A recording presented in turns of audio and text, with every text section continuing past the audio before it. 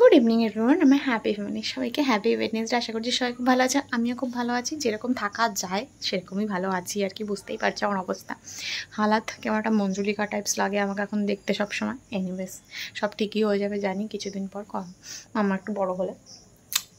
তো আজকে একটা ভালো হঠাৎ করে ইভিনিং ব্লগ শেয়ার করি তোমাদের সাথে। তো অনেক দিন আগে তো এরকম টুকরো টুকরো অনেক ব্লগ শেয়ার করতাম, তো আজকে ভালো একটা ইভিনিং ব্লগ শেয়ার করি তোমাদের সাথে।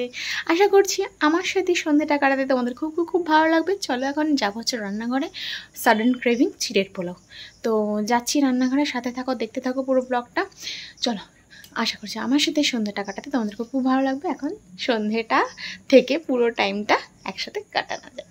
বলছি চিড়ের পোলাও, তার জন্য আলু পেঁয়াজ টমেটো নিয়ে নিয়েছি। প্লেন আলু পেঁয়াজ দিয়েই করবো, ওই পুরোনো দিনের চাউমিন যেরকম হতো জাস্ট সেরকম চিড়ে দেওয়া থাকবে। এখন অন্য গরমকাল তো অতটাও সবজি অন্য কিছু নেই, ছিল জাস্ট শেষ হয়ে গেছে গাজর ফাজর, তো এটা আছে, এটা দিয়ে করে নেবো। সাডেন ক্রেভিং তো, যা পাবো তাই খাবো, তাই দিয়েই বানাবো। যখন কিছু খেতে ইচ্ছা করে তখন মানে সেই প্রিপারেশনটা বানানোর জন্য যাই কমই থাক না কেন, কিছু একটা বানিয়ে খেলেই মনে যেন মনটা ভরে যায়। এই হলো তোমার আদা, যেটা বলছিলাম আদা। সারা জীবনেও এরকম কোনো দিন হয়নি যে ঘরে আদা নেই, বাট আজকে আদা নেই। চিড়ের পোলাও একটু আদা ছড়িয়ে দিলে ভালো হয়। কারি পাতা গাছে রয়েছে বাড়িতে, বাট রাতের বেলা হঠাৎ করে মনে হয়েছে যদি আগে থাকতে প্ল্যান থাকতো করবো, তাহলে কারি পাতা করে এনে রাখা যেত, ছিঁড়ে এনে রাখা যেত। বাট রাতের বেলা তো ওইদিকে যাবো না বাগানে। বাদামটা ঘরে রাখি না, পিঁপড়ে ধরে যায়। তো হঠাৎ খাওয়ার ইচ্ছে হলে তখন ঘরে কিছুই পাওয়া যায় না, বাট সবজি সবসময় ঘরে থাকে।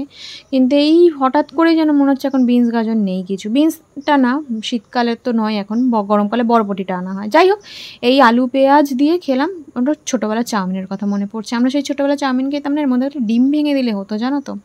হ্যাঁ থাক, এখন ঝটপট করে করি। মাম্মাকে মায়ের কাছে রেখে এসেছি, তো একটু কাঁচা লঙ্কা কুচিটা শেষের দিকে দিলাম যাতে একটু ক্রাঞ্চ আসে, আর ঘি গরম মশলা দিয়ে আর মিষ্টি দিয়ে নামিয়ে নেবো চিড়েটা। এই যে জেকের চিড়ে ইউজ করছি, জেকের চিড়েটা ধোয়ার কোনো প্রয়োজন হয় না। আর ধোবো না আর একটা কারণে, এটা নরম চিড়ে, মানে পাতলা চিড়ে, ধুলে পুরো মিশে যাবে জলের সাথে, তাই শুকনো দিয়ে দিলাম, একদম ফ্রেশ থাকে, বাছার প্রয়োজন পড়ে না, তাই নিশ্চিন্তে দিয়ে দিলাম। আর একটা জিনিস যেটা করবো আমি, যেহেতু একদম শুকনো চিড়েটা দিচ্ছি, যাদের একটু দাঁত কম থাকে, মানে দাঁতে একটু জোর কম, তাদের একটু খেতে কষ্ট হতে পারে, তারা কি করবে, একটু জল, ওই সুজির পোলাও করার সময় যেমন জল ছিটিয়ে দিই না, ওরকম 1 কাপ মতো বুঝে জল দিয়ে দেবে। তারপর সেই জলটাকে পুরো টানিয়ে নাড়িয়ে চাড়িয়ে ভাজা ভাজা করে ফেলবে, দেখবে চিড়েটাও নরম হয়ে যাবে, খেতেও আর কষ্ট হবে না। আর চিড়েতে জল দিয়ে ধোয়ারও প্রয়োজন পড়বে না চিড়েটা। এটা একটা ট্রিক্স, করে দেখতে পারো। চলো, এই চিড়ের পোলাওটা তুমি খাওয়ার জন্য বায়না করছো, তুমি খেতে পারবে মা? তো ঝাল, কালকে ঠাম্মি চানাচুর দিয়েছিল না? কালকে ঠাম্মি চানাচুর দিয়েছিল না? চানাচুর কি দেখছো, কি দিয়ে? এই পড়ে যাবে চানাচুর টেস্ট করেছে, চানাচুর, তাই না? আজকে কি পোহা টেস্ট করবি? বাড়িটা দেখার পর থেকে ওই দেখো খুব ইন্টারেস্টেড, ভেতরে কি আছে। তুমি খেলো মা, আমি একটু খেয়ে নি, খিদে পেয়েছে তো। বাবা অনেকটা আছে তো, বাবাকে দেবো। খাওনি তুমি? আমি খেয়েছি, আর একটু মা তো খেলো না, মা তো ভালো খেয়েছিল আগের দিন। দাও আমি করে দিচ্ছি। ওই তোমরা খাবে বলে মনে মানে না না, ভিডিও করে দেবো।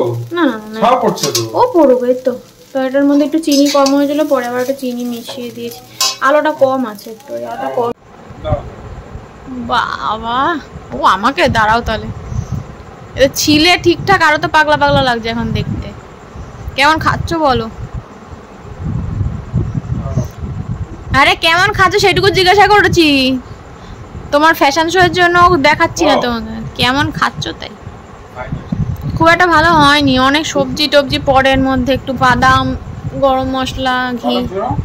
না এই দেখেছো কি দুষ্টু, দেখো দেখো দেখো দেখো দেখো মামাই, আমি করবি না কিন্তু।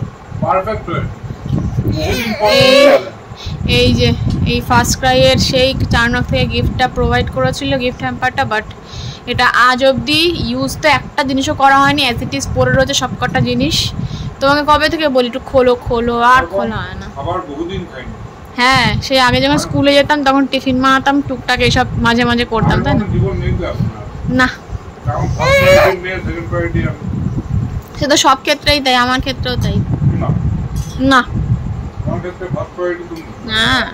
হ্যাঁ দেখেছিস মামাই কি বলছে বাবাই? এই সর্বনাশ, বাবাই ন্যাপি আনবে না বলেছে মামাই।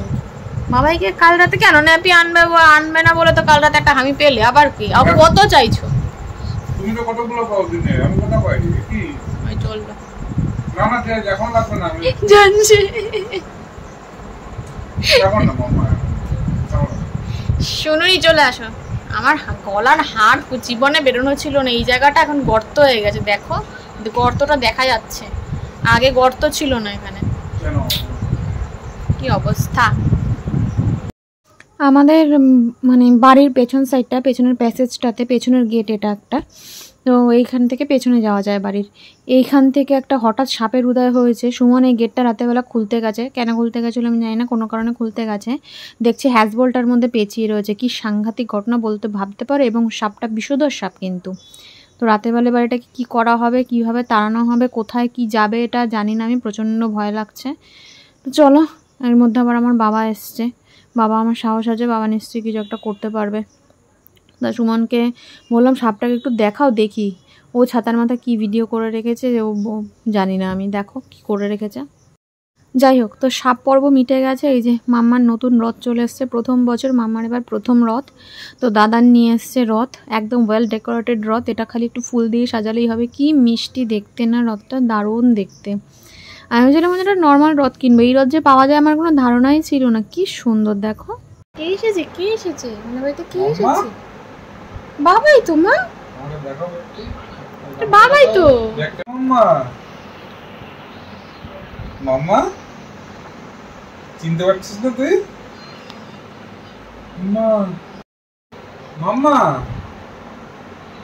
বাবাই তো, তুমি বাবাইকে চিনতে পারছো না মা? শুনুনি মাম্মা নেই? ইয়ে মাম্মা শুনুনি?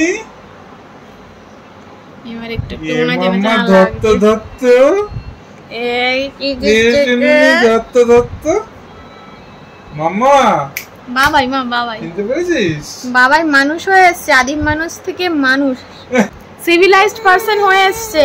বাবাই সিভিলাইজড পারসন হয়ে এসছে মা, মাম্মা আদিম মানুষ থেকে সিভিলাইজড পারসন হয়ে এসছে বাবাই। মা চিনতে পারছিস না মাম্মা? বুঝতে পারছি না, কেমন যেন লাগছে। ইয়ে মাম্মানি, মামাই কি করলে এটা, তুমি কি করলে, কোথায় যাচ্ছ? সর্বনাশ, দেখো কি করলো, আমাকে দেখাচ্ছ?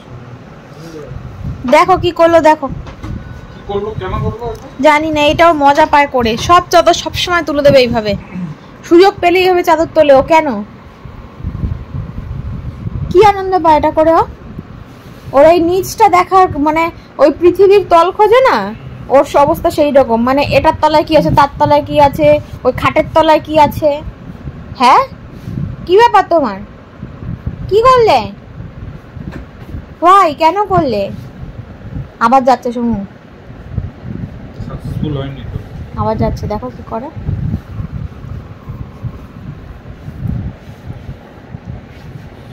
পছন্দ না ব্যাপারটা ঠিক। মামাই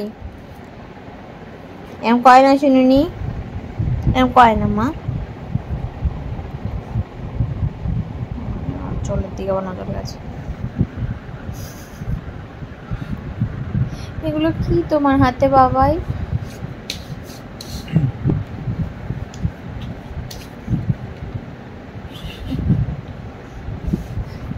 মামাই তুমি যাবে না ওদিকে, কেন খাটের কোনায় বারবার যাও? শুনুনি কি দাবিটা কি তোমার? ঠোঁটরম করবে না মাম্মাই। তো আমাদের ডিনার তো কমপ্লিট হয়ে গেছে, আর সুমন গেছে হচ্ছে মামাকে নিয়ে একটু পাশের ঘরে গল্প করতে। তো আজকের ব্লগটা কেমন লাগলো অবশ্যই জানিও, আর মামার রথটা কেমন লাগলো স্পেশালি অবশ্যই কমেন্ট করে জানিও। এরকম রথ কি তোমরা আগে দেখেছো? আমি কিন্তু দেখিনি, আমি ফার্স্ট টাইম দেখলাম, বাবা নিয়ে এসছে, দর্শকের মায়ের দোকান থেকে কিনা যা বললো। তো চলো আজকে ছোট্ট ব্লগটা এখানেই শেষ করছি, তোমাদের কেমন লাগলো জানিও, অবশ্যই ভালো লাগলে লাইক দিও, চ্যানেলটাকে সাবস্ক্রাইব করে দিও, যারা ফেসবুক থেকে দেখছো তারা প্লিজ পেজটাকে ফলো করে দিয়ে সাথে থেকো, আর ফেসবুকেও তোমরা কমেন্ট করতে পারো যদি কিছু তোমাদের জানার থাকে আমাদের সম্বন্ধে। চলো দেখা হচ্ছে নেক্সট কোনো এক্সাইটিং ব্লগে, ততক্ষণ সবাই ভালো থেকো, সুস্থ থেকো, সাবধান থেকে, গুড নাইট, টাটা।